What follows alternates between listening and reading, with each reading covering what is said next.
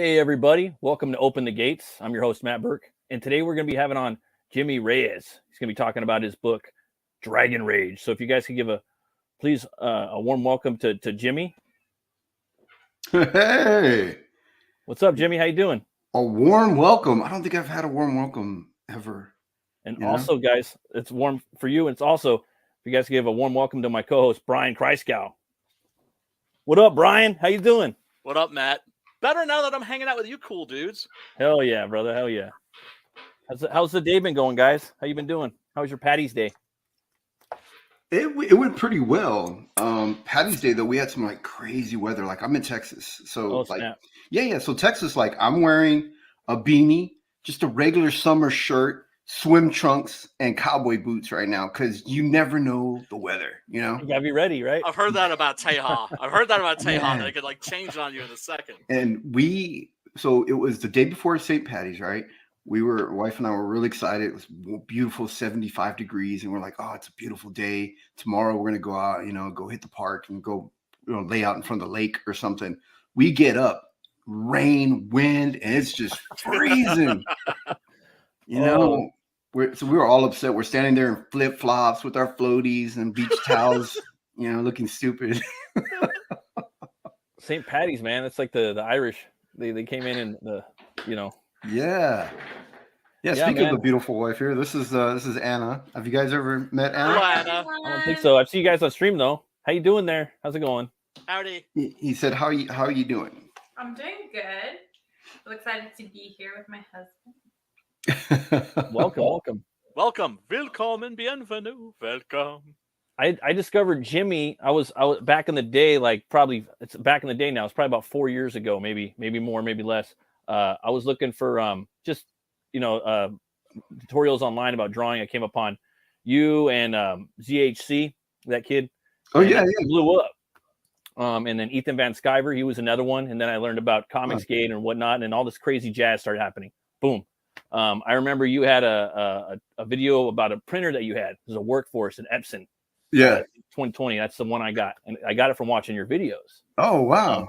Yeah. And I was like, wow, this is badass, dude. So, and I love that desk. You got the glass one. I was like, damn, desk, dude. But I never got it. And then I found out that you ink for Finch, and I love Finch, Bach. Like they're a big influence on me. And so I've known who you are for a while, and I've seen some of your campaigns. But for those who don't know who you are, maybe you could tell the audience a little bit about yourself and who you are, so they know that. Yeah, I was a kid who grew up very poor in a poor family.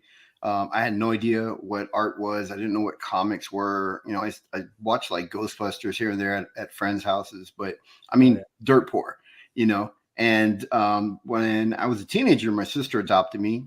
She was doing really well. She married a man who was doing really well, and I moved up to the Upper East Side, moving on up. Like the Jeffersons. No, we moved to an upper middle class neighborhood, and I got to hang out with kids who had like Super Nintendos, CD players.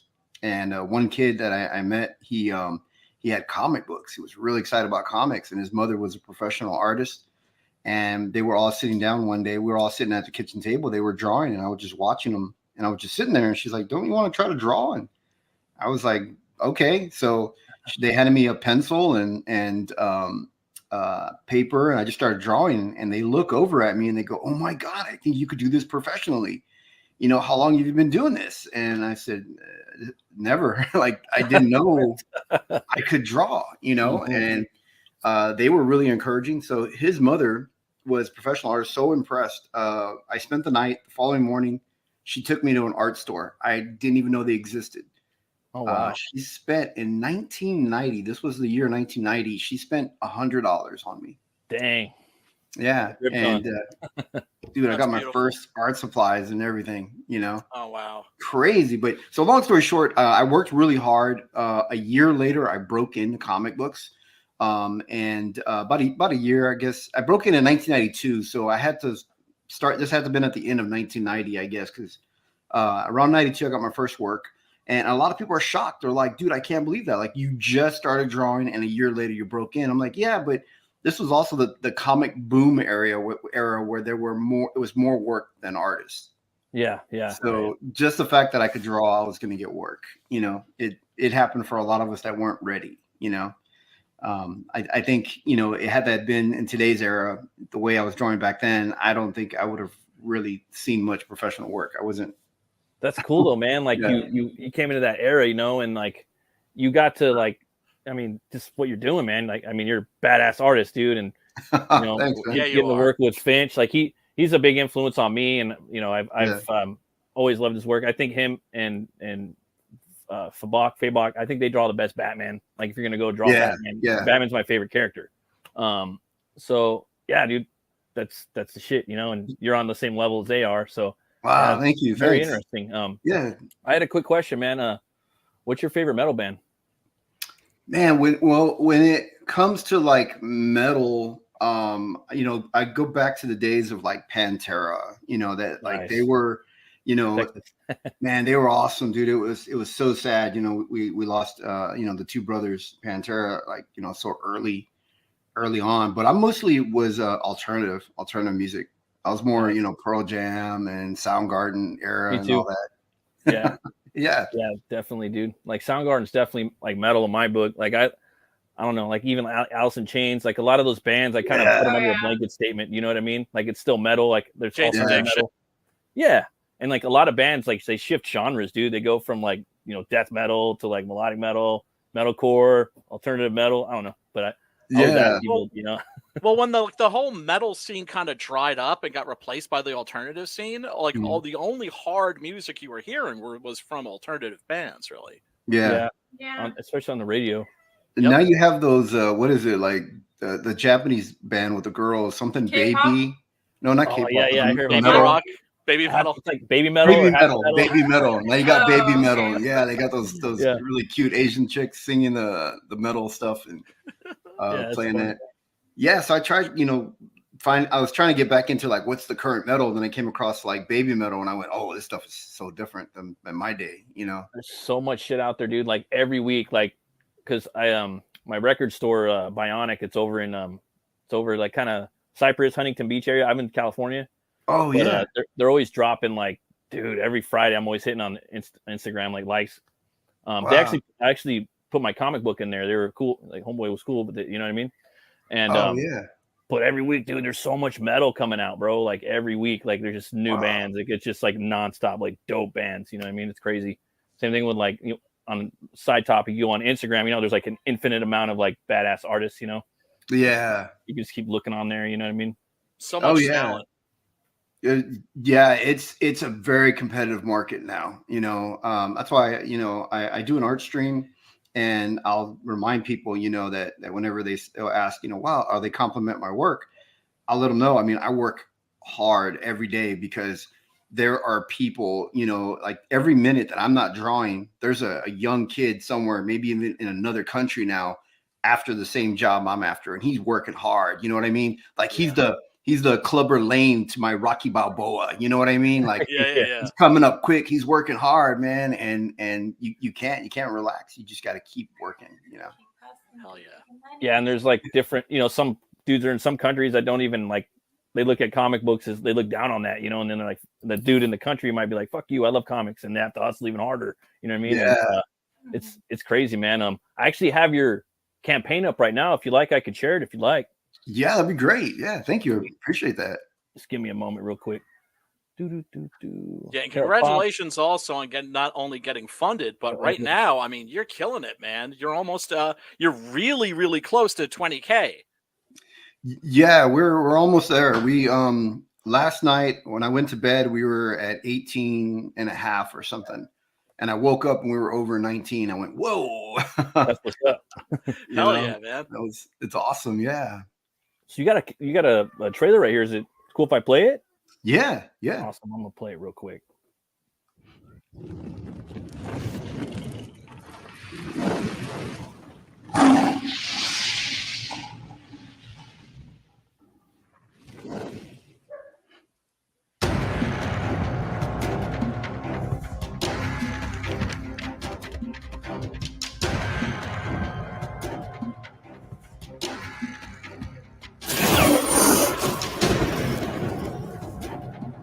Dragali. The true Dragon Masters.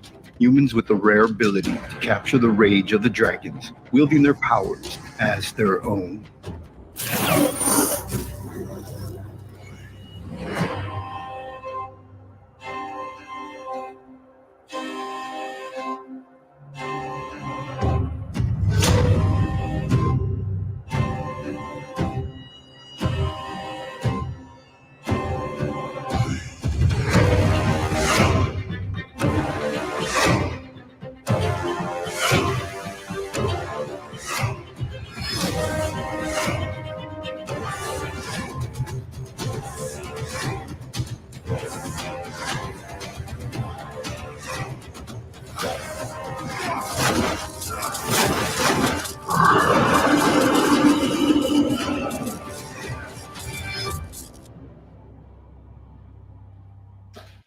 Yeah, that trailer fucking shred rips, bro. Badass. Badass. I gotta ask, man, who are some of your influences, bro? When it comes to artwork, yeah, I guess art, and then maybe if you want after writing. The first comic book I ever bought, my friend's mother who bought me the art supplies also took us to a comic store, and she bought me my first comics. And the first one I bought was Wildcats #1 that had just come out that week.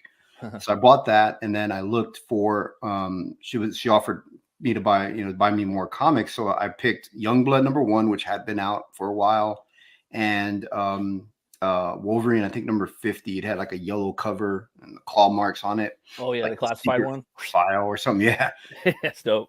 And so I got those, and so right away those three were my influences: Rob Liefeld, Mark Silvestri, Jim Lee. I mean, was huge. I started going out and just trying to get everything. I spent whatever little money I had. My sister gave me an allowance. Everything I was spending on Jim Lee, whatever Jim Lee did. So he was the biggest influence for me. But through that, I found other artists. And today, in my current art style, a lot of manga artists, Mark Silvestri, and of course, David Finch. I mean, working with Dave, he was a big influence because I was inking his work directly over his originals. I got very familiar with his style and just talking with him about artwork and techniques. He's definitely been a big influence. That's awesome, man. So like the 90s are back, right? Yeah. Yeah. I love the 90s. That's how I grew up. I mean, I was born in 83. So like I grew up like reading the Max and Spawn and Pitt, but the Max was always like I love the Max. Yeah. Sam Keith was great. I loved his like panel layout. I like to draw like the and the Max in class, you know what I mean? Yeah. I was always doodling that, Are you a fan of Robert E. Howard at all?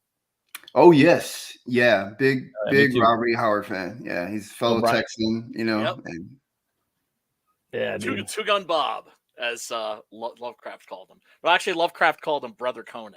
Now that Brother Conan, yeah. I'm a big fan of his work. I also liked when they adapted his work into the Savage Sword of Conan. Yes.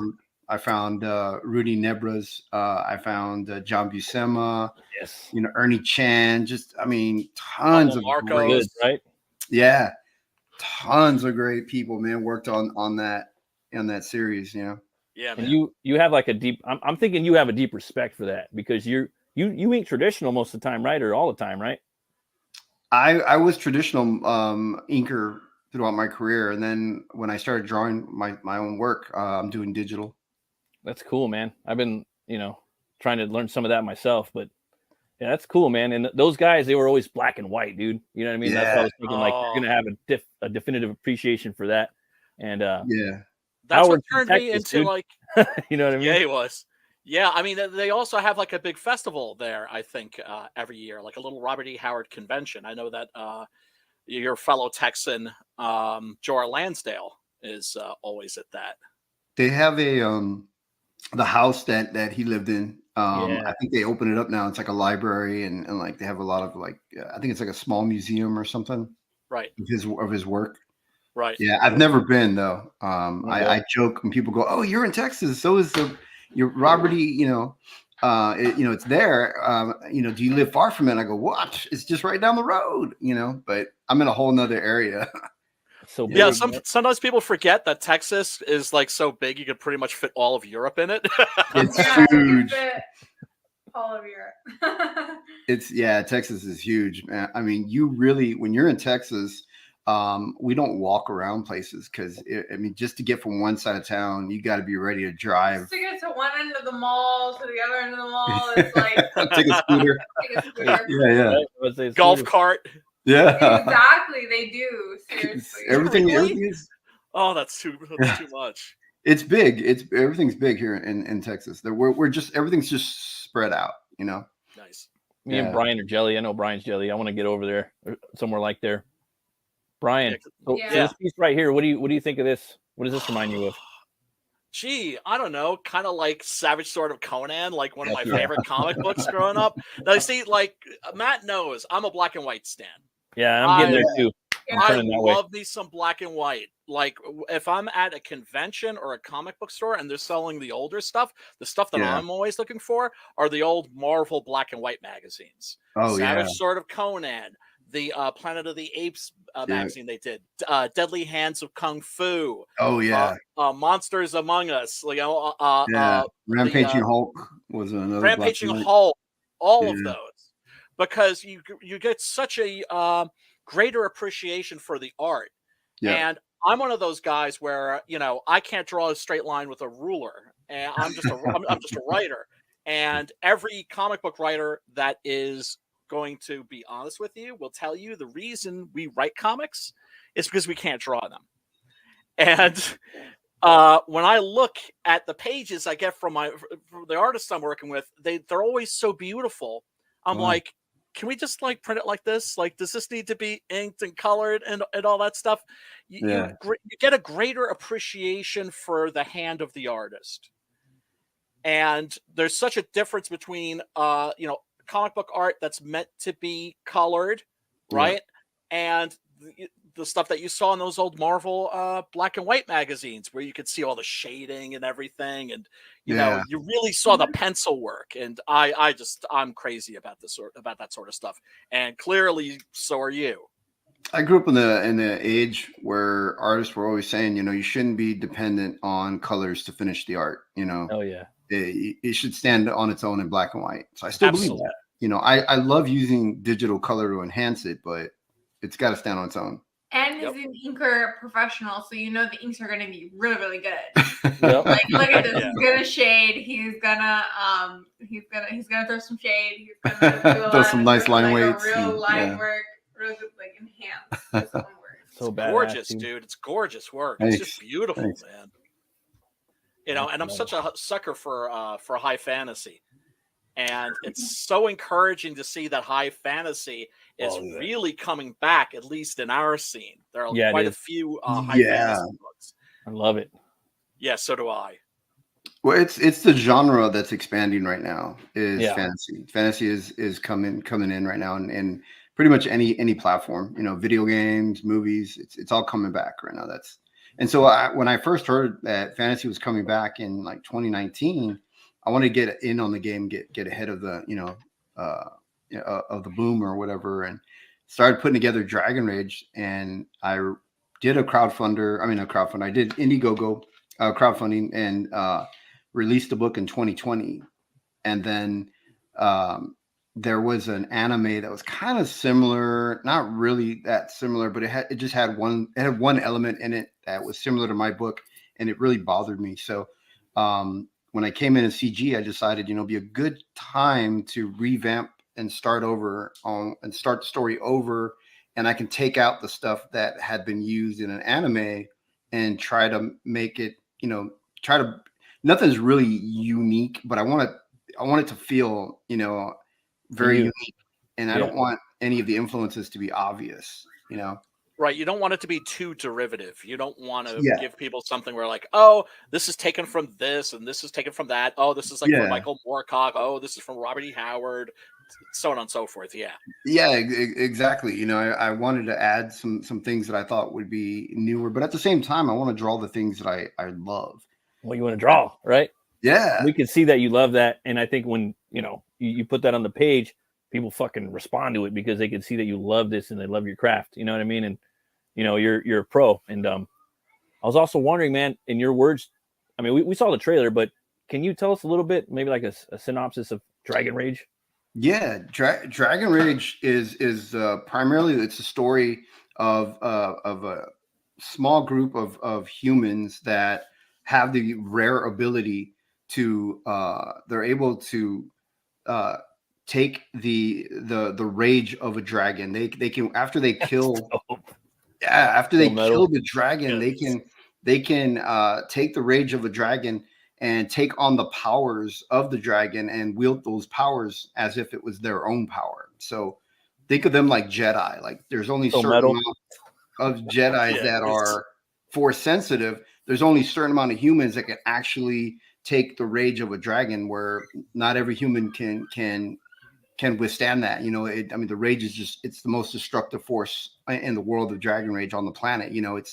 It's just very powerful. So the book, the story of the book is that years ago, in the old story of in the history of Dragon Rage, is that dragons and humans were at peace at one time. Dragons were the guardians over humans, and the dragons at that point would willingly, when they were going to expire, would willingly bond with a human, and they created a race called the Dragari.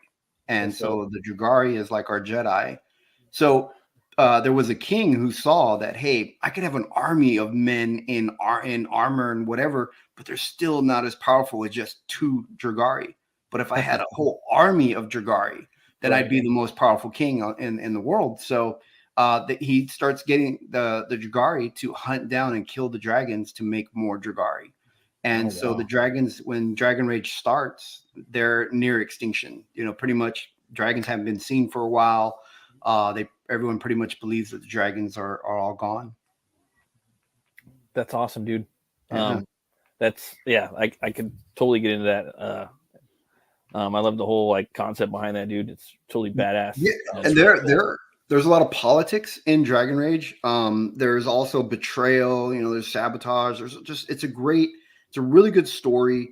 The other thing too about Dragon Rage is that now that the dragons are all gone, as far as anybody knows, they've killed off all the dragons. The only Dragon Rage left are the stones that are that the Dragari wield in their weapons. So now somebody is hunting and killing them for their Dragon Rage, because they're constructing a crown to rule over all of the dragons and any Dragari. They want to master them all. So they're building this crown, and it's called the Crown of Fire. So we learned that there's still one dragon left. It's the King of Dragons. He's the guy that's been hiding. He's the one that they can't kill and control him, because he's the king. And so there's someone else that's after the Crown of Fire. So you find these two are going at it, trying to get the Crown of Fire before they can't let the other one have it. And they each have their own agendas and reasons why they want to get this Crown of Fire. I'm seeing Jimmy draw this, and it's such a feast for the eyes. It's just so much detail, and it's just so beautiful. I love it. That's awesome. It's really, really gorgeous work.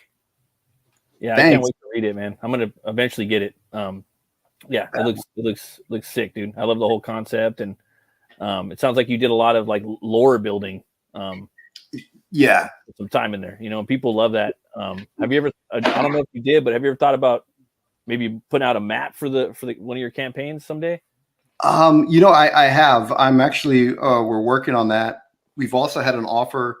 Someone wants to make a D&D campaign out of it, so we're working on that.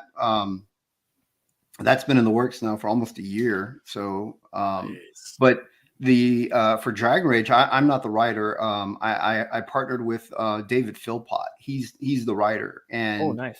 Man, his work is just amazing. Like this guy's gonna blow up when people get their hands on Dragon Rage and see what Dave Philpott can do. That's awesome, dude. I'm going to take a back seat. I know, because I know that, my work, I'm really grateful that it's catching the eye of, for the audience. They're going, oh, this looks neat. But once they read it, I think that's what's really going to hook them is Dave's writing, is the story.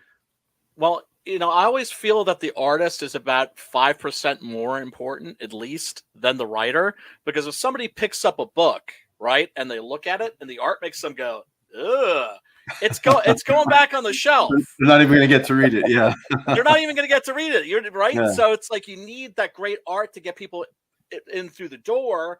And then the great writing keeps them coming back, along, of course, with the gorgeous art. Well, the audience is like your comic convention booth girl. You know, the girl in the booty shorts. And you know, when we go to conventions, we have one coming up next weekend. And when we go to conventions, this is my booty short girl. She'll wear the booty shorts, stand at the booth, and it's so funny because the only group that comes up. We get two different type of groups. Like there will be a group of kids all just come to me and they'll just start asking me about my drawing. And then we get the older gentlemen will walk over to her and they're just talking to her. They don't even pay attention to me. And then we get the lesbian women. They're all over there talking with her and they never even acknowledge me at my table. And so it's, you know, but we bring people in and people buy stuff from the booth. So and you want your table to look busy. People always want to be at the busy table. Yeah. It definitely helps, you know, having art and having a girl in booty shorts. I see why they do it, you know. And then people complain. I'm just like, well, that's sexist. I'm like, well, then have like booth boys too. Yeah, if you want a booth boy at your table, go for it. I got no problem with that. Yeah, you guys want to do, you know? Yeah, exactly. Guys like their cheesecake, want to have their beefcake. That's cool. Yeah, right. You know, I'll play this dude right here, man. Get some dude over there. Some swole up, like, I don't know, cowboy dude. You cool to go over some of the tiers real quick? Yeah. In the updates, there's some new artwork. I finished the artwork and we put it in there. Let me jump in there real quick. That's always an exciting part of a campaign for me is when you get to post new artwork, right? And then your backers get to see in the update, like, hey, check it out. Like, your comic is on its way. Oh my God, that is. Who's that? Oh, beautiful. That's a new character. I haven't seen that character yet. Yeah, so what happens with the rage? I don't know if you want to. You can hit Control Plus on your keyboard to zoom in on the webpage, or Command Plus if you're a Mac. Yeah, like that. And then so this guy is actually the guy that you said, oh, it looks like Savage Sword of Conan or Robert E. Howard, the guy that was standing on the ledge. So what happens is as they conquer a dragon and they take the rage of the dragon, it depends on how powerful the dragon is that you've conquered. So if you've gotten one of the oldest dragons and they're very powerful, then there's more rage available to you to consume. You can take on more. Then it also depends on the level of discipline of the Dragari. So what can happen is this guy takes on the dragon rage, takes on dragon-like features, gets the scales, gets stronger. You know, he's got his sword becomes his fire. That's his dragon fire, and you know, they're faster. And so then he goes to try to battle a dragon. If you see on the bottom panel, like he tries to go to battle a dragon right before this page, he actually tries to battle this dragon, and he just, you know, he has no chance of beating this dragon. So he tries to take on and level up more, take on more of the rage from his sword and become more dragon-like. But the problem is that you know, they're human. They can only handle so much. If they push it too far, they become something, you know, they become less human, more rage, more evil, and they become kind of like a Sith Lord kind of thing. Oh, snap. And their features power up and they change. So he had these tiny little horns, and then when he powers up, it just goes massive and it shows the rage. His sword gets more crackly, you know, it's not like just a lighter flame. It's raging, you know, with power and energy and all this, you know, energy. I'm just using all this energy all around him to show that, you know, he's bringing in that rage. And really see the movement. He manifests wings out. He looks more dragon-like, bigger spikes, you know. Like I'm really feeling this, dude. Like, because this looks like something that I like. I've been into a lot. It's a video game, a character I like, and like this, the style, like yeah, dude. So far, I mean, I love a lot of the characters on your campaign, but dude, this guy, he's like my favorite so far. I ain't gonna lie, dude. This is a perfect example of what I'm talking about. If I'm the writer and I get this, I'm like, can we just leave it like this? It's so beautiful, man. Thanks. Yeah, once I go in with the inks, I'll be able to add a lot more texture and a lot more layer to it. I mean, this is just, you know, loose pencils, you know. It's dope, dude. Like even the pencils is dope. Like mean, like I love colors too, but like again, like not now. Like the older I get, I'm just finding more and more appreciation in the inks and in the pencils. Oh yeah. But I love them both. I love all. Yeah, I mean, dude. kid, I remember like there were certain like the way you started noticing inkers was when they weren't there, right? Yeah. Like Frank Miller's work when Klaus Janson was inking, there was just something special there. Or John Byrne, for instance, when Terry Austin wasn't inking his work, it just wasn't the same. Yep. Yeah, Terry Austin's incredible. I especially Terry Austin, John Byrne. That is a great partnership there. Yeah, Team Supreme. Great example. Yeah, that's sick, man. I'm loving that, man. That's totally awesome. Yeah, and so this is the part where they roll up on they're sent out to see if they can find any dragons. They were sent out by a king, one of the kings. Scouts? Yeah, they were like supposed to go scout and see if there's any dragons, and they were about to give up, and they come to a chasm, and they see down below this gigantic dragon. They have no idea who he is, and then he reveals who he is. And if you scroll down just a little more, that you'll see the expression on their face, just because it's a name that is just legend and no one has seen for years, and they're just shocked. So they know that really they've got no chance up against this guy. And like your art, dude, it totally reminds me of like the old school Conan, like Savage Sword, like even right here, like in the faces and the expression, but also like kind of brought up to date a little bit as well. Thanks. Yeah, Jimmy's the marriage of both worlds, Yeah, well, I mean, it doesn't look like something that's from the 70s. It looks like something that's inspired by the 70s, but then it's got that 90s flair to it too.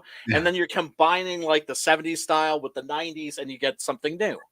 And I'm using modern technology, so I'm hoping that it'll bring it up just a little more modern, just because of the fact of the type of tools that I'm using. Yeah. And I am heavily inspired by manga. So manga's dope. Yeah. I love tons of the manga that's out there. I love the high energy that they have. I mean, even old manga like Blade of the Immortal, like that was the early stuff. Berserk, That's what I like too. Vampire Hunter D, Fist of the North Star. Yeah, man. Yeah, Fist of the North Star. Old shit, like that's like I really like that. But I love the way they do action, bro. Like the action, the angles, perspectives, like the energy. Oh yeah, the ferocity. Like the dynamism. Like that artist is very dynamic. Mm-hmm. That'd be the best word I could find for it. Yeah, they'll force perspective or exaggerate certain things, but it's exciting and it brings the energy into the artwork. And I'm trying to do that, adding, also borrowing a lot of their textures and things, just to try to modernize. I love the 90s and I really appreciate it. I love the 70s, art style, and I really appreciate it. But I want to bring it to a new audience.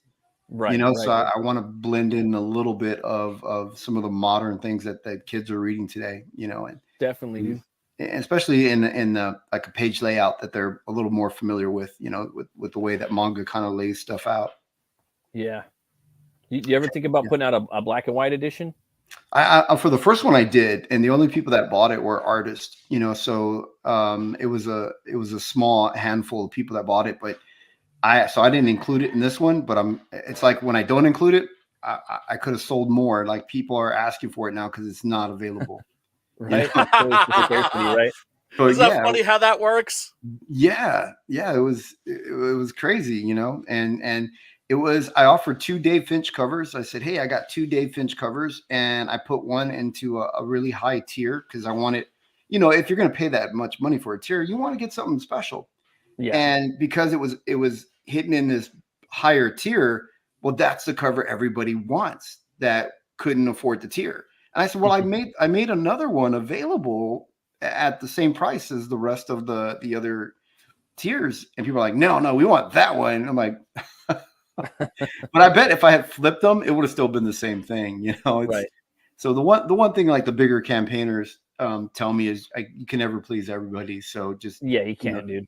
Try to do your best and just go with it, And you're doing good, and the campaign looks beautiful, and man, like it's you're doing your own take. You're carving your own path with this fantasy sword and sorcery book. Yeah. I think it's going to get bigger and bigger each campaign you do. You have a Give Me Everything Plus tier right here. Is your featured tier? Yeah, this is I created a Give Me Everything tier, and then I added in the David Finch cover, which was only available as an add-on. And then I had a guy said, man, I want to buy everything, but I want it all in one tier. Can you custom make a tier for me? Because if he adds it on, he was showing me, if I add it on, I said, well, it can be, put as an add-on. He said, well, if I add it on, it also adds on extra shipping. So I was like, oh, I didn't realize that. So, yeah, I'll make you your custom tier. And I made this tier just for him. And then people kept asking for what he got. And I said, whoa, okay. I didn't know other people want that. So I made it available. And then like 10 other people came in and backed that same tier. Justified tier right there, man. That's awesome. Yeah, boy. Yeah, it's got everything. So what I have is I have 3 regular covers. And in this campaign, there's 1 hidden cover. So like if you play Dungeons and Dragons or RPGs or MMO video games, there's always like hidden items you have to discover throughout your quest. Yeah. So I put in a hidden cover, didn't tell anybody. And as people were, in order to unlock it, you have to back something. You back anything and then bam, you get access to this cover. And people were going, what is this? Like, why am I seeing a cover on the way out? They didn't really quite get it. And I said, oh man, it's like a hidden quest item. You found the gem, And so you have the option to buy it. And people are like, oh my God, I didn't know. Now I got to go back and try to get it and buy it. They're like, can we just, and so what I did was I put the image in the, on the front. And I said, okay, here's a hidden cover right here. You just got to figure out how to unlock it basically. That's dope, dude. Yeah. You're keeping them you're keeping them on your campaign page, right? Exactly. And you're creating a buzz on that, You're anytime they're talking about it. Right. You're keeping them engaged. Yep. Yeah.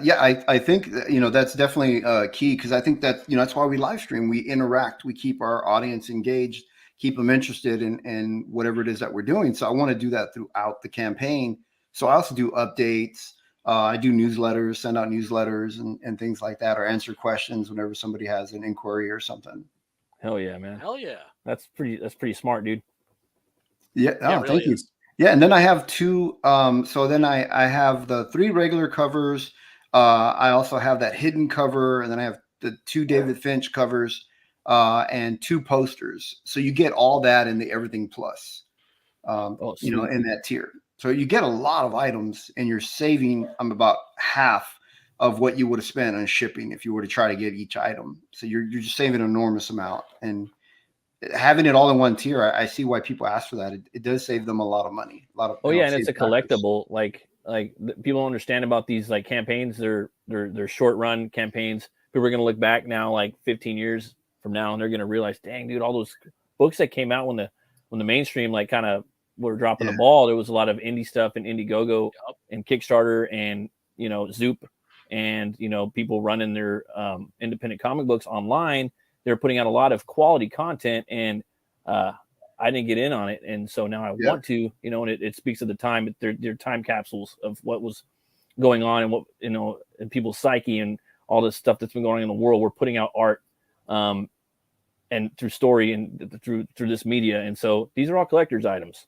People need to know that, and they're short run. Even like with Brian, he's going to get his book sold in Barnes and Noble and nice, pretty soon, and Walmart, and he's been grinding forever. You know what I mean? And now they're gonna go back and see these, and they're gonna know like that's where it started. Yeah, and the people that hop on now are gonna know like, hey, I was there day one.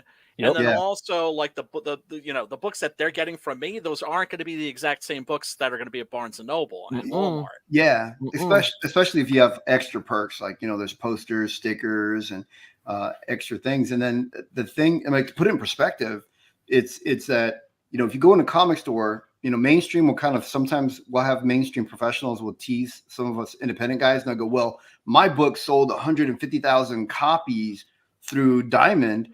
Through comic stores, and how much did you sell? I'm like, well, I've got 311 backers, but if you put it in perspective, you realize I got 4 different covers or 5 different covers.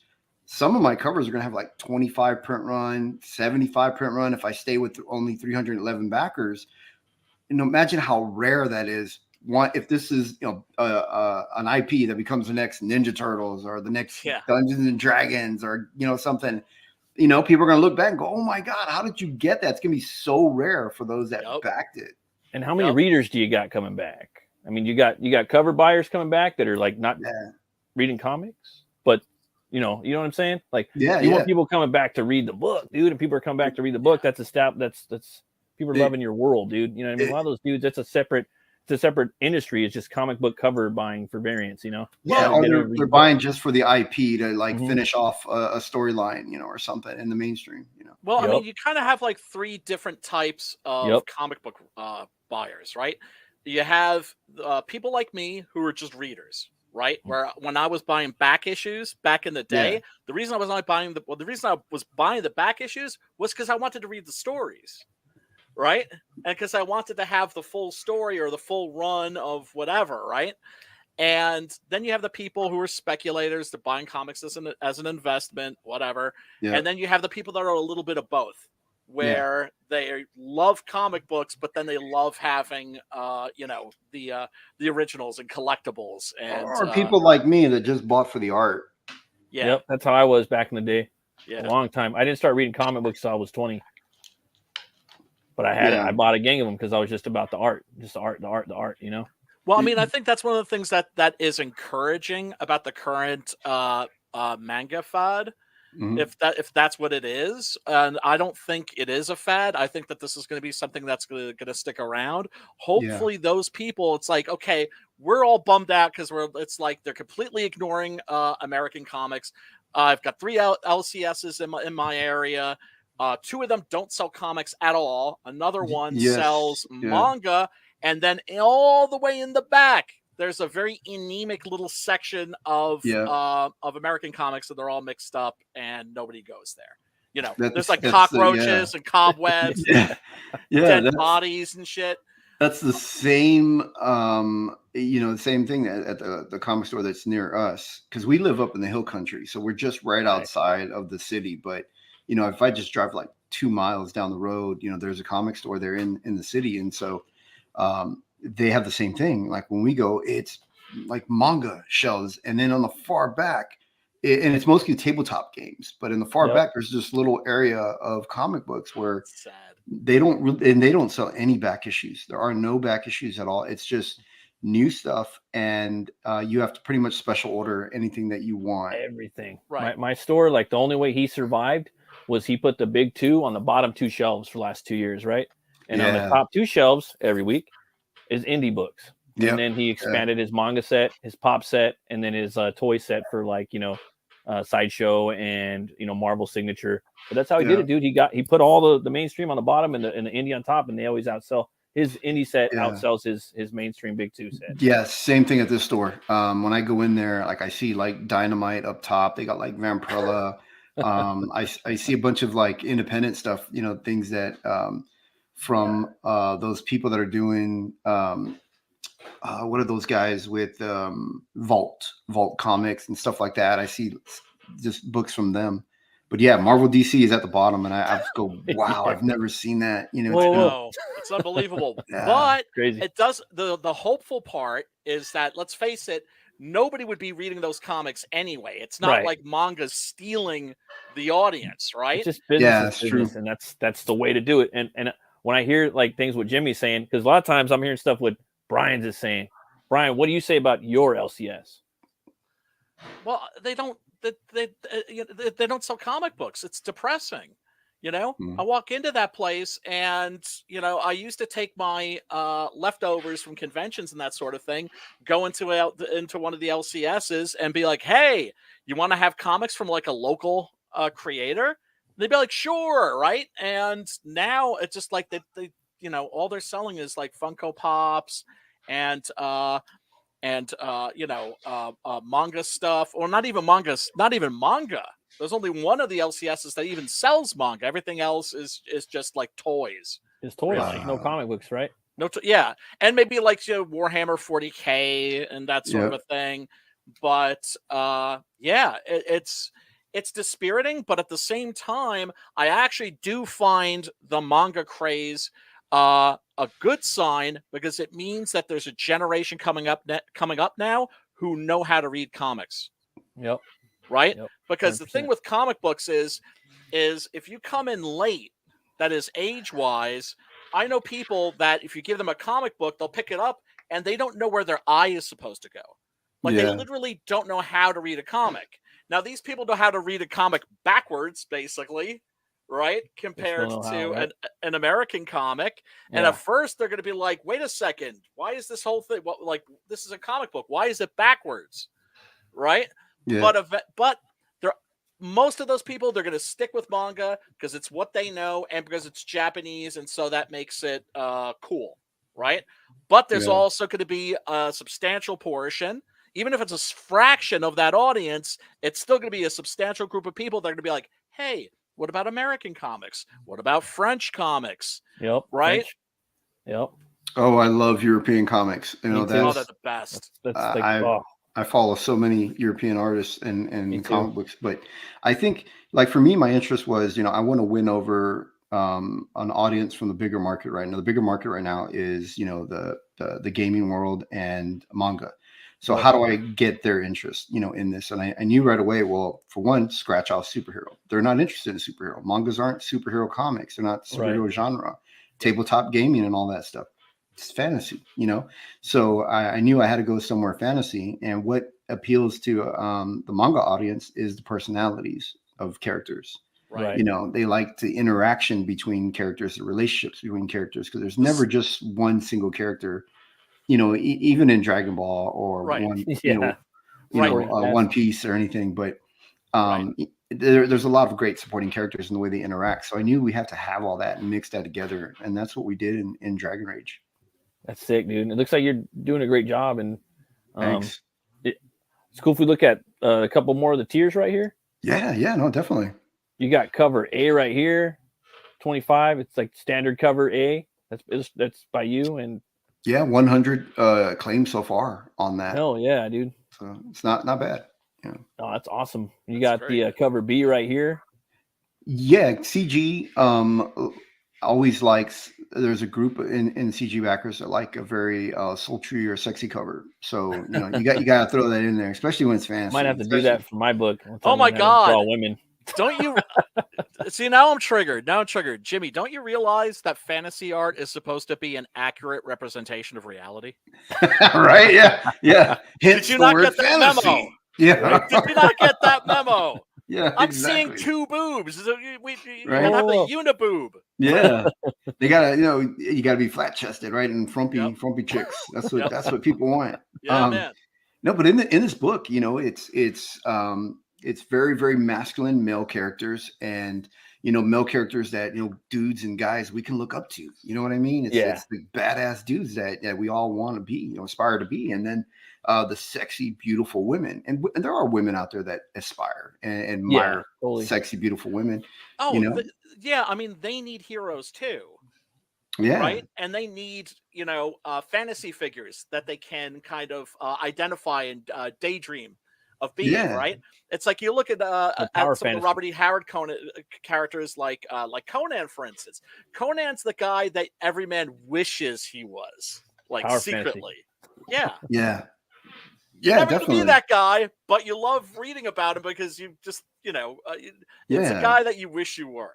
Got their Sonya and whatnot, and Red Sonya. Yeah, I mean, as much as I have a beef with Gail Simone, I love the fact that she didn't get rid of the chainmail bikini, and she said, "Fuck it, I like the chainmail bikini."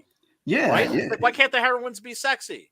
Yeah, exactly. I mean, everyone, aspires to be sexy. Everybody wants to be as attractive as we can, and I think by putting the imagery up there and saying, "Oh, this is what beauty is," and showing somebody frumpy or heavy, you know what I mean? Yeah.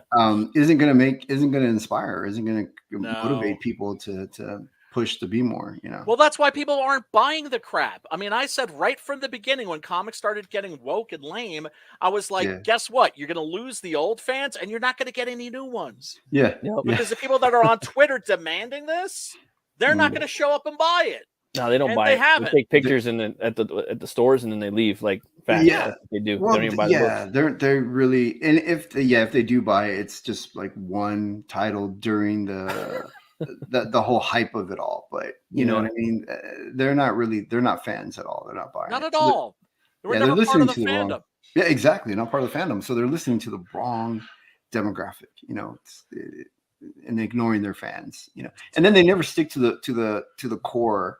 You know, the whole, you know, the core concept of the idea, you know, of they want to change everything. Oh yeah, they can't create. They want to just, you know, destruct and reconform in their own narrative. Yeah. You got a wraparound cover? Yes. Yeah, I created a wraparound. But if you go back to the story page, that little story tab where right next to the updates, it'll show bigger images of this. And so I have that one right there. It's cover. That's the wraparound cover. Nice. So I thought it'd be kind of cool to give everybody an idea of like this isn't the only Dragari, but these are the Dragaris that we start off with, that we focus on. And I wanted to get them all together in one image, you know, kind of like an old George Perez or Jim Lee style of poster. Yeah, it's fucking metal, dude. Thanks. Yeah, it is. You got the David Finch fire cover, huh? Yeah. That's our character named Thrago. He's kind of the poster boy of Dragon Rage, and he's a Dragari he's very, very skilled, very powerful. He was at one time he was the like the king's guard, and he since then he's civilian. He's just kind of living his life, wanting a party. But in Dragon Rage, there are a yin and a yang. There is an opposite for every character in here. So if there's a Darth Vader per se in my book, there's an Obi-Wan, you know, in my book. So for him, if you scroll back up, his name is Thrago. He's a very skilled fighter, but right there you'll see a guy with red hair and his arms crossed with a golden. Yeah, that dude looks dope. Yeah, so he's even much more skilled as a swordsman, and that's the opposite. That's going to go against Thrago. Oh, that's sick, dude. Yeah, so I like it when they got the horns coming up over their like hairline. Yeah. And then the thing too is I want to make a David and Goliath story. You know, you always want the underdog. You know, you want your superheroes and the good to be, you know, at a disadvantage when it comes to the battle that they've got to go. How are they going to overcome this greater evil? You know. Yeah, you don't want them too OP, right? You always they can't be too. The kids. That's too OP, man. Like I'd come up with a character and they'd be like, "That's too OP, man." Yeah. That's I played a lot of fighting games on PlayStation, so they're always like, they're gonna nerf that character, man. He's too OP. I hear that all the time. Well, yeah, I mean, you never want your hero to be stronger than your villain. No, really, right? It's not relatable. You know, it's not relatable. It's not. The challenges we have in real life often seem very great, and it seems like, you know, it's going to be a struggle, or even it's that we have no chance of overcoming these obstacles when really we do, but it's just, you know, it just may not look like it. It's hard to discover. And part of growth is that struggle, you know, that resistance and stuff will make you stronger in life. You know, we learn a lot. And so I want that in my characters in the story. I want them to grow and to struggle, you know, to become stronger. Wait a second. Are you telling me that your characters actually have to work at like becoming better? They're not just naturally awesome. Yeah, I'm female and I'm all powerful. I'm gonna fix the world. You know, there's none of that in Dragon Rage. It's a little bit total non sequitur, but I had a friend of mine at work that like came over and showed me a copy of Shuri #1. Right? It was like, here, check, like, what do you think of this? And it was, you know, on like page 1, you see her flying through the air with a big smile on her face, saying, "I'm awesome." Oh, dude. Oh, are you serious? Oh God, I have not read that. But, dude, America Chavez #1. I gave that to a friend of mine to read, and he didn't know that. Like, he thought it was a satire. Oh, man, because there's a cringe. If you haven't read that. Is that the one where she was fighting and had like so much dialogue in the fight scene? Is that the one where she was? Oh God. Yeah. I'm telling you, if you haven't read that, get a copy, because I'm sure you could get one for like in the like 25-cent bin. Oh get that, read it. There's a cringe on every page. Oh my God, cringe-tastic. Yeah, God, maybe I'll get that and just to make a video and just like laugh at all the dialogue. I'm serious. I'm so not kidding when I say that. Yeah. How could somebody write that and go, yeah, this is good? I know. They don't even care, dude. They don't even care. That's exactly it. Because these people are not from comic books, right? No. They got all these are people that they found on Twitter. Oh, and then the artists are people that they found on Tumblr. Oh yeah. It's a joke, dude. It's a joke. No one's laughing that reads it, Yeah, these are comics for like an audience of like 0 that nobody's reading. Oh yeah, obviously they should be aware of that now when they saw the book flopped. I mean, nobody. Well, they don't care. They don't care because now the comics are just marketing materials for the movies and the Funko Pops. Yeah. 100%. You got a deluxe art print right here, 11 by 17. That's like the original art size for comic books. Yeah, because I draw digital. A lot of people are saying that they like my work. They would like an original. And I said, well, I didn't realize. I didn't think anybody was going to buy my work. Oh yeah. I did. Yeah, they did. Oh man, dude, that's the thing. People love original art. Love that shit. Yeah, so people are kind of just confused at what the deluxe art print was, and what it is that it's actually printed on 11 by 17 Strathmore Bristol board, the exact same artboard I would have drawn on. So it's printed on there, and it looks, feels, and until people even smells like original art. Like you won't be able to tell the difference, other than I'm going to actually physically art print on it so that it can't be sold as an original because it's going to look exactly like an original piece of art. Oh wow, that's pretty dope. That is. Yeah. So yeah, somebody went in and backed it. Actually, I think I don't know if it was my first backer that came in and bought it. Somebody came in and got it, saw it and said, yeah, I want it, but most people are asking about it. Like, what is it? When you get that board, dude, that 11 by 17 Bristol, it's just different. It's not the same as a poster. It's not the same as a print. There's just something to it. You know what I mean? Yeah. It's good quality paper that you can actually frame and print and frame it and hang it on the wall. It's so somebody who really appreciates art and collects art is the one that backed it. So. Yeah. I mean, I didn't even know that you could do that. Oh, I yeah. didn't even know that technology even existed. Dude, Jimmy's got videos about printing blue line and then inking over it, right? I've seen your videos from back in the day. I think you were doing like a Wolverine one or something. Like it was pretty dope. Yeah. Before I really started working with Dave Finch, before that, I love original art from everybody, but I never could really get access to it, and I couldn't afford it. So I would take high-res images, and then I learned how to print them, get them printed on Bristol board, and then I'd frame them and hang them on my wall, and people would walk in and go, oh, you got the original to whatever, and I go, dude, that's like a $20,000 original. look at my apartment, I mean, back then, now I'm very grateful where I'm at now, but so I didn't have any of that stuff. So I learned to do that. And so I look back at this and I said, hey, how could I make artwork affordable to people? Because I do have an original piece of art in the campaign, but I mean, it's David Finch. So it's not under $1,000, Yeah. So where you going to find a David Finch cover for under $1,000, Crazy. So it's a big piece too. Like, man. Yeah. I've been very fortunate. I've gotten to work over Dave. We would split some of the art, and I've gotten a lot of Dave Finch originals since then, and been able to trade them and stuff for artwork, other artwork, and so now I have a really neat little collection of original art from different people. But it's sick. Yeah, it's a very niche market, and it's very, very expensive market to get into. Damn, that's pretty dope. You got 4 covers, A, B, C, and a wraparound for 100 bones. Yeah, the C cover is that hidden cover. So you get the 3 covers and the hidden cover in that. 14 claimed. That's pretty dope. Yeah, because like in video games, you can always get that cheat code, and like, I don't want to dig for that, right? Hidden gem. I just want the cheat code. So there it is. If you just want to pay and get it, there it is. You don't have to find that hidden cover. Sweet. You got the all-in, give me everything for 155. Yeah, that's dope. It's only missing the David Finch fire cover, but it's got everything else other than the fire cover. Then you got the original comic art right here, 1500. The only artwork in traditional art printed in this first issue. So this would be whoever gets it is going to have the only traditional art that was offered in Dragon Rage.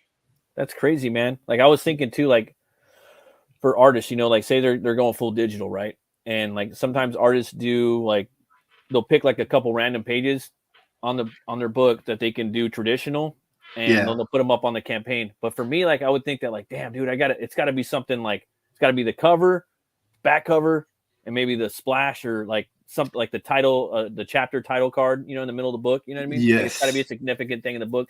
Or if I'm doing like, let's say a set of character trading cards, then I could do those all traditional. You know what I mean? It's kind of a hard thing to do because people want traditional art, whether it be pencils or inks. You know, like if you're a kind of sought after artist, you know what I mean? On your campaign. Yeah, people have been asking me so much for the original art throughout this campaign. So I think next issue I'm going to do my covers traditionally. I mean, because I've done traditional art for forever, huh? Yeah, for like 30 years. So dude, you got to because you can sell it, right? And people want that original art, especially if they can put it on their wall. Oh yeah. Especially, I didn't realize how well my art sold until I got on Ethan's auctions. I started offering my artwork, and I'm like, oh my God, like people are asking for my art.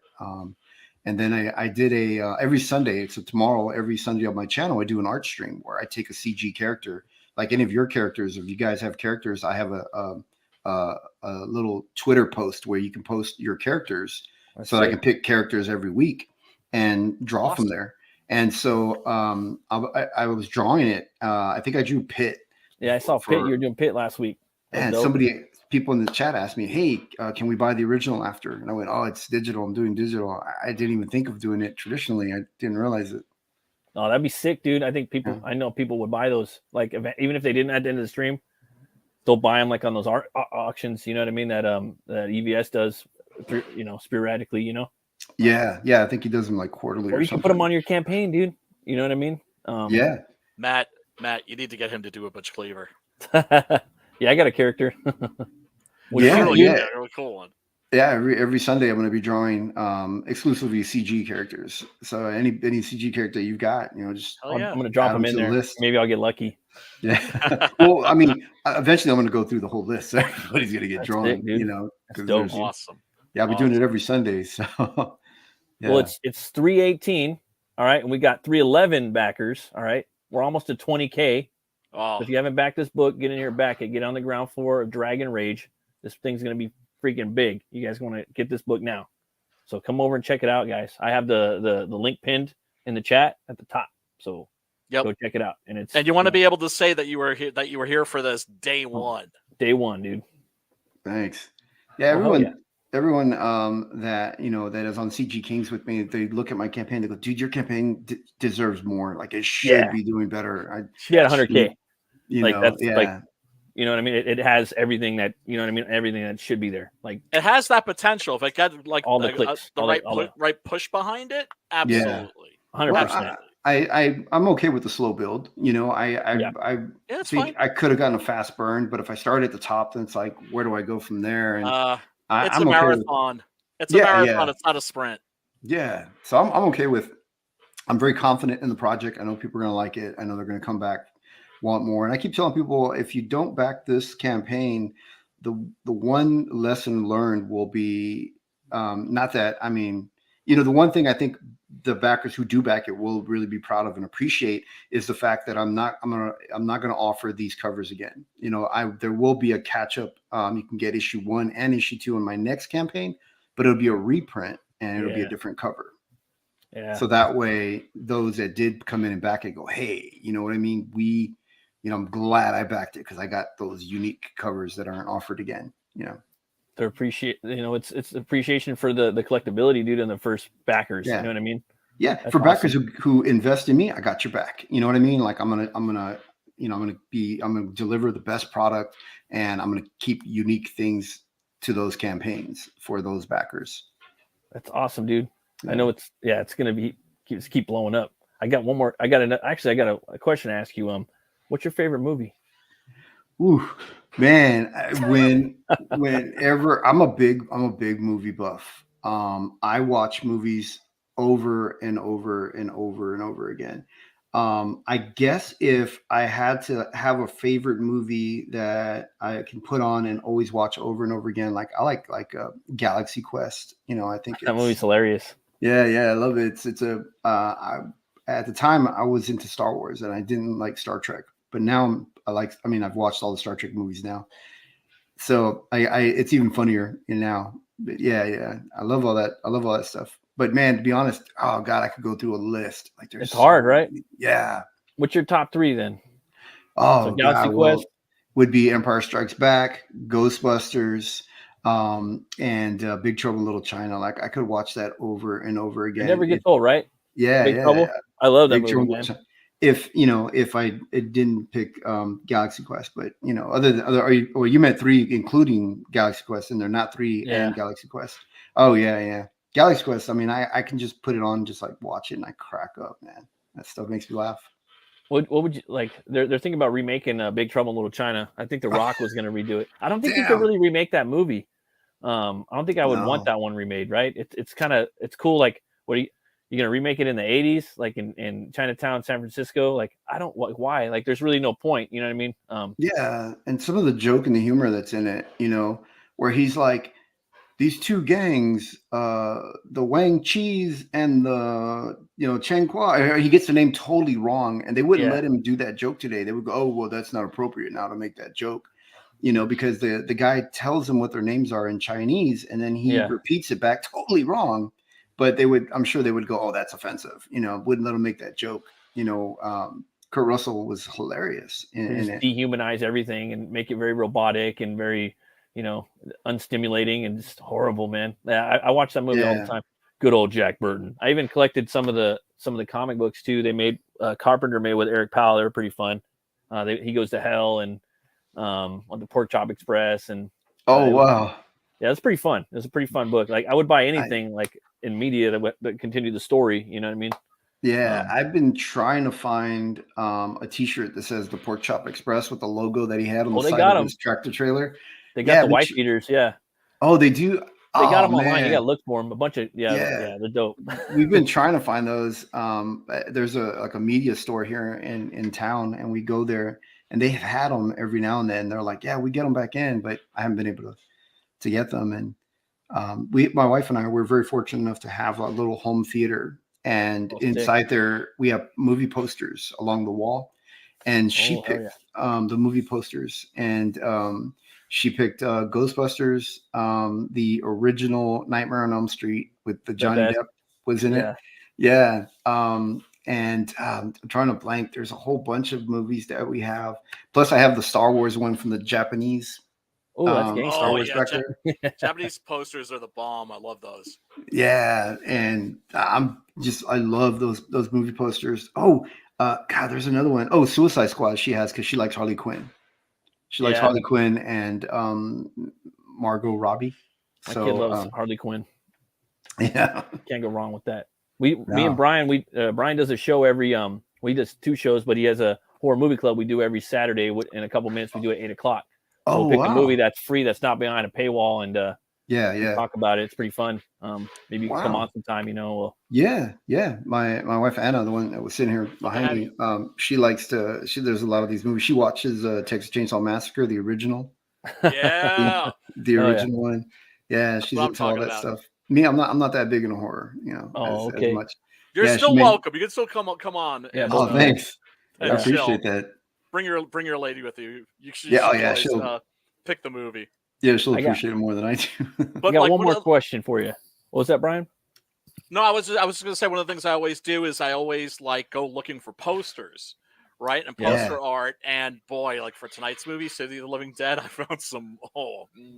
And me, I don't like Brian. He's like the horror aficionado. Like he knows all the OG, like the Italian films, like a lot of like the Hammer stuff that I never watched because I'm more mainstream brought up, but I loved horror. And I'm always learning new things. We're watching free movies that aren't behind a paywall. He does the same thing too with Westerns too on Monday nights too. So, dude, I love Westerns. Yeah, I grew up with a lot of spaghetti Western. So it's a spaghetti Western jamboree. Yeah, on Monday. So we just started doing that, and dude, check them out. And I got one more question for you, Jimmy. What's your favorite beer? Oh, I don't drink. Okay. What do you drink then? Well, right now, I guess I could say beer because this is non-alcoholic. Nice. Okay, Gosling's Diet Ginger Beer. Yeah, because I Diet always ask ginger people beer, if they don't drink, non-alcoholic. they're drinking something. Like they're 90% of the time they're not just drinking water. So I always get. Yeah. I seen a Guinness, like because I'm drinking some Guinness because I had corned beef and cabbage yesterday. We go hard. Like Patrick's Day is my favorite holiday. Yeah. So they had the draft non-alcoholic. I was like, oh, if I ever decided not to drink anymore, I could go with that. Yeah. So, yeah, a lot of people are so surprised when I hang out with a couple of, especially comic artists, and we talk, and I go, I've never done drugs and I've never drank, and they go, why? What's wrong? And I'm like, well, it was by choice, but then I mean now I'm a heart failure patient and I'm diabetic, so I can't do any of that stuff. But even before that ever happened, I was never into any of that stuff, and people just go, they're shocked. They're like, no. That's good. You got like a guardian angel there the whole time, maybe leading you in the right direction from the get. That's the way I would say it. You know what I mean? But I mean, other people could say it other ways. But also, like, a lot of the most creative people are like teetotalers. Like, you'd be surprised. Yeah. Like H.P. Lovecraft didn't drink. David Cronenberg said he was drunk once. He just waited for the feeling to go away. Yeah. Exactly. Yeah, it's a lot of people like that. That's like, well, I should. I mean, I do drink wine. That is alcohol. So I do have wine every now and then. Mostly my wife will drink wine, but I will drink it, here and there. But yeah, I do like a little bit of wine. But yeah, a lot of things. I think I'm already pretty eccentric and pretty out there. At times I love to goof off and joke around. I don't know if I would be even weirder, but if I enhance with anything, people would be like, "This dude is just far off the rails," or something. Wine gets me like a weird buzz. That's why I don't drink it too much. Like the fit that starts with an F that's in wine. I always forget the name of it, but it's good fermented or something. Not the fermented, but the I forgot the name of it. I can't pronounce it. I don't know. Well, red wine's actually good for you if you have like a drink or two a day. That's the one that the one I drink. Yeah. Mm-hmm. Yeah, I don't really know much about it because I don't really drink it that often. So like, I don't even know how to pick wine or anything. Phosphorate? I can't pronounce the name. I'm sorry. I don't know. Anna and I went out on a date a couple of days ago, and we went to this really fancy little Italian restaurant. You gotta get reservations, and they sit you at this little table, and it's got this little light, and you're like kind of off to your own little corner. Yeah. And they bring out this like wine menu. She's like orders her wine, and they ask me if I want wine, and I'm like, you got a red one? Like, I don't know. Some sangria. I like wine. It gives me a crazy buzz though, like because it has like an element in it that beer doesn't, But yeah. Oh, sangria, man. Sangria is the bomb. I love that stuff. Yeah. Whenever I go to a Mexican restaurant, gotta have the sangria. Yeah, sangrias are great. Except the one they brought me was like really bitter, but they're like, it's because the goes with the meat that you're having. Yeah, it serves good. And the pasta, because it was an Italian restaurant. I went, okay, I'll just try it, but it was like really bitter. It was dry too. It didn't even feel like liquid going down your throat. It felt like I was it felt like it was just like melted plastic rubbing through the back here. I'd be mad too. I hope you didn't pay too much for that. Yeah, it was a bottle. It was a really nice. Yeah, it was a pretty penny. It was a really nice little place. We had fun. It was a really nice little blast. It was a real trendy little place, and we then go walk the river walk and stuff like that. We still do little dates and stuff, even though we've been together for almost a decade now. You have to. Doing that. Yeah. That's important, man. Maintenance, don't get lazy in your relationships. No. And then like, we get out and we go for like little walks and picnics and stuff, but it's also to get me out, because if I'll become agoraphobic. If you leave me here in the house and she wasn't around or my dog didn't need to go out, I would stay in my house for days. And when you gotta get out. You gotta get out. You gotta stretch and kick and yell and get out there and scream and get, you know what I mean? Oh yeah. All that stuff. So she makes me go out. Like today, right before the stream, she's just like, you need to get out. Let's go run some errands. And we ended up going to these stores and shopping and walking around. And I was like, man, I come back, I'm just sore. Like I definitely need to exercise more. Oh, it's good for you. It's especially also good for your head too. I always make sure to go for like a 30-minute walk every day. Wow, dude, see, that's what I need. I need to be doing that. Like I just get up and go to the mailbox because in Texas our like driveways are really far, and I just go to the mailbox. I come back, and I'm just like, that's it. That's my exercise for the day, you know. So I definitely. Fellas, I'm sorry. I got to jet. I got to get things ready for the next stream. Jimmy, oh yeah, for sure. Pleasure meeting you, sir. It was nice meeting you. Nice meeting you and your lady. And you are whipping much ass, brother. And hoping that you hit that that 20K tonight. Oh man, it'd be awesome. Yeah. All right. Peace. I'll see you soon, Matt. Thanks, Brian. Well, I guess it's been about an hour or so, and I'm about to head over there with Brian, grab a brewski real quick, and yeah. Thanks for coming. Hopefully you'll come back again for Dragon Rage Book 2. I'd love to have you on again. Oh yeah. Definitely, and as well. I mean, whenever you're campaigning as well, I'd love to learn more about your book. Oh, maybe have you over or something, and on my Butch channel. Cleaver. Butch Cleaver. That'd be awesome. And then maybe when I get to the point where I start drawing him on my live stream, maybe we'll have you on there, talk about him, and as I'm drawing him or something. That'd be sick, dude. Yeah, thanks. Hell yeah, I'm honored.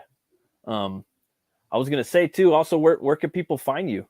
Yeah, at Jimmy Art on everything here, all social media. It's all uniformed right there, and I also have a website, jimmyariasart.com. So, that's my business name and everything. So you guys can find me pretty much anywhere there through that. Yeah. Hell yeah, you guys hear that? You can find them there.